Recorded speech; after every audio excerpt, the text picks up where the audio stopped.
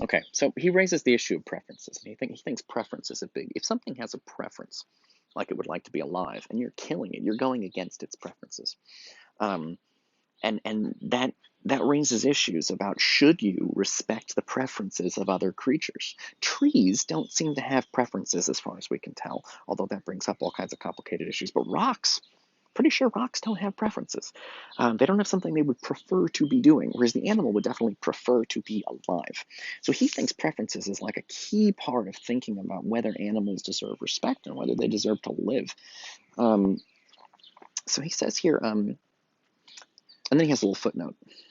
At the bottom, he says preference may be roughly synonymous with interests, meaning it means about the same thing.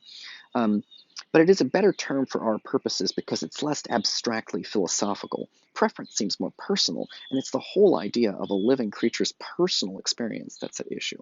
So he's just explaining why he likes the word preference instead of interest. It's not super important to us. I mean, I like David Foster Wallace, and I like that he spends time thinking about exactly what word to use, but it's probably, you don't need to worry about it that much. I'm a fucking nerd. All right, let's see what we got here. So he says the logic of this um, preference, suffering, relation, or he would prefer not to suffer, may be easiest to see in the negative case. So he's about to give you an example.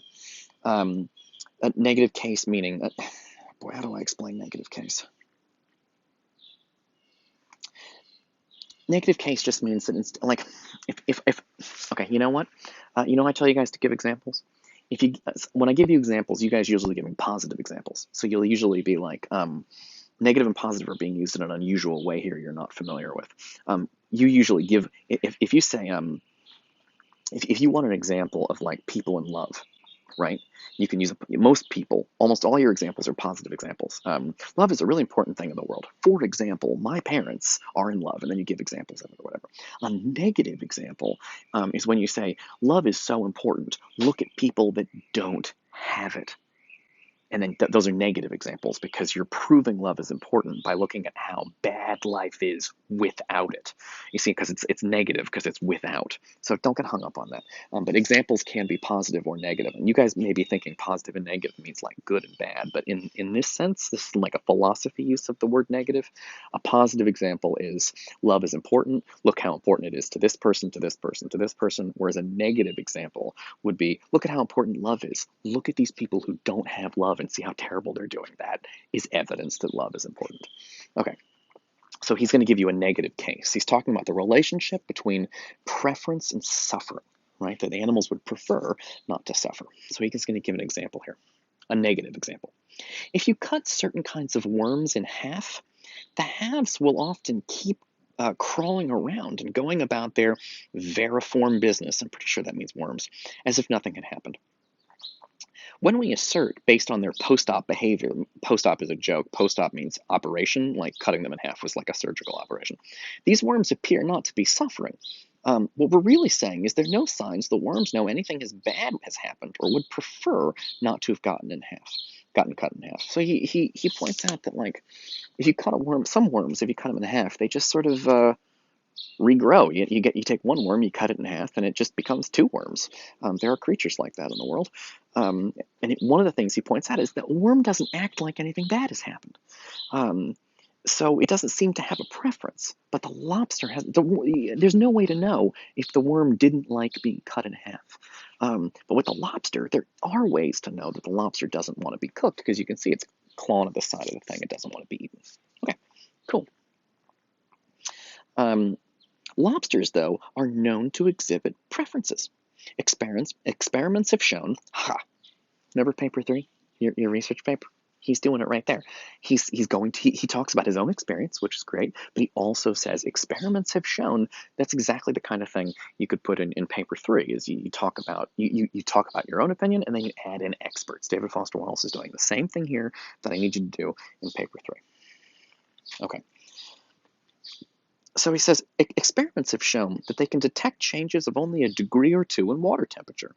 One reason for their complex migratory cycles, meaning where they live at different times of the year, which can often cover 100 plus miles a year, is to pursue temperatures that they like best.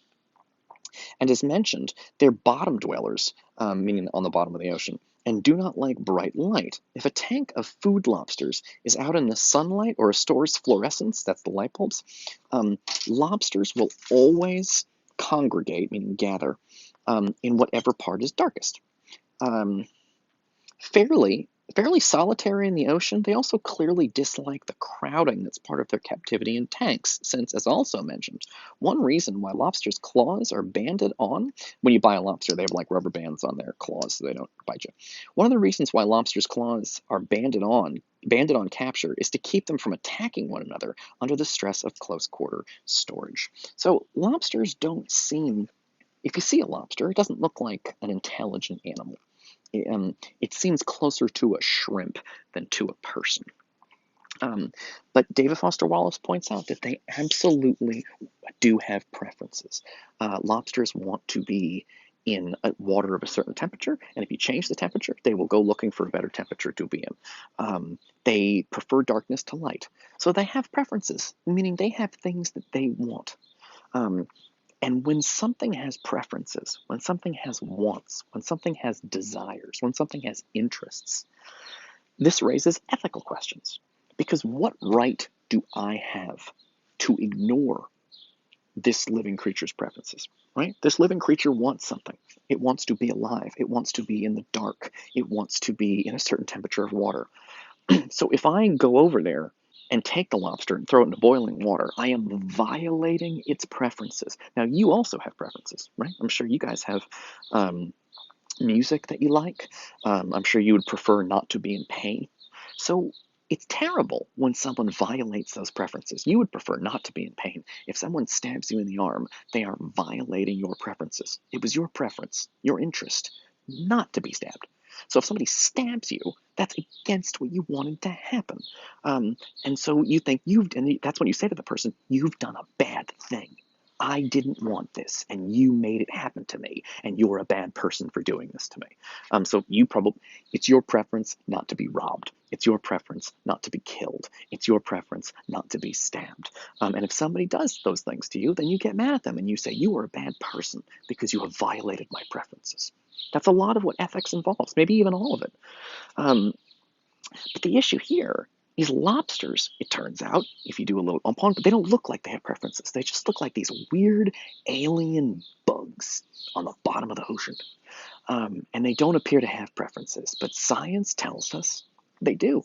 They have preferences. It seems like they'd rather be alive than dead, which is like, I don't know if that's true of a fly. I have no idea. But they exhibit preferences.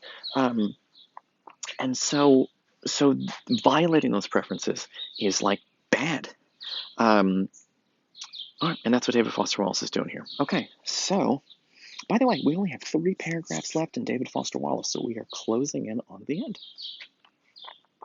He says, in any event, the MLF, that's the Maine Lobster Festival from the beginning, standing by the bubbling tanks outside the world's largest lobster cooker, watching the fresh-caught lobsters pile over one another, wave their hobbled claws impotently. Hobbled because the claws are tied up, they can't use them. And impotently means without power, because they can't do anything with their claws because they are rubber banded together. They huddle in dark corners or scrabble frantically up from the glass as you approach. It's very difficult not to sense that they are unhappy or frightened, even if it's some rudimentary version of these feelings, meaning it's rudimentary, meaning very simple. So they're scared, maybe not in a complicated way that you and I are scared, but they do seem scared. And again, what does rudimentariness even enter into? Why does rudimentariness even enter into it? Like, sure, you can go like, well, they're not scared like me, but why does that matter? If they're scared at all, don't scare them, is the idea that David Foster Wallace is raising here. All right, let's take a look. Okay, actually, I'm probably going to stop that video here, and I'll pick it up in the next video.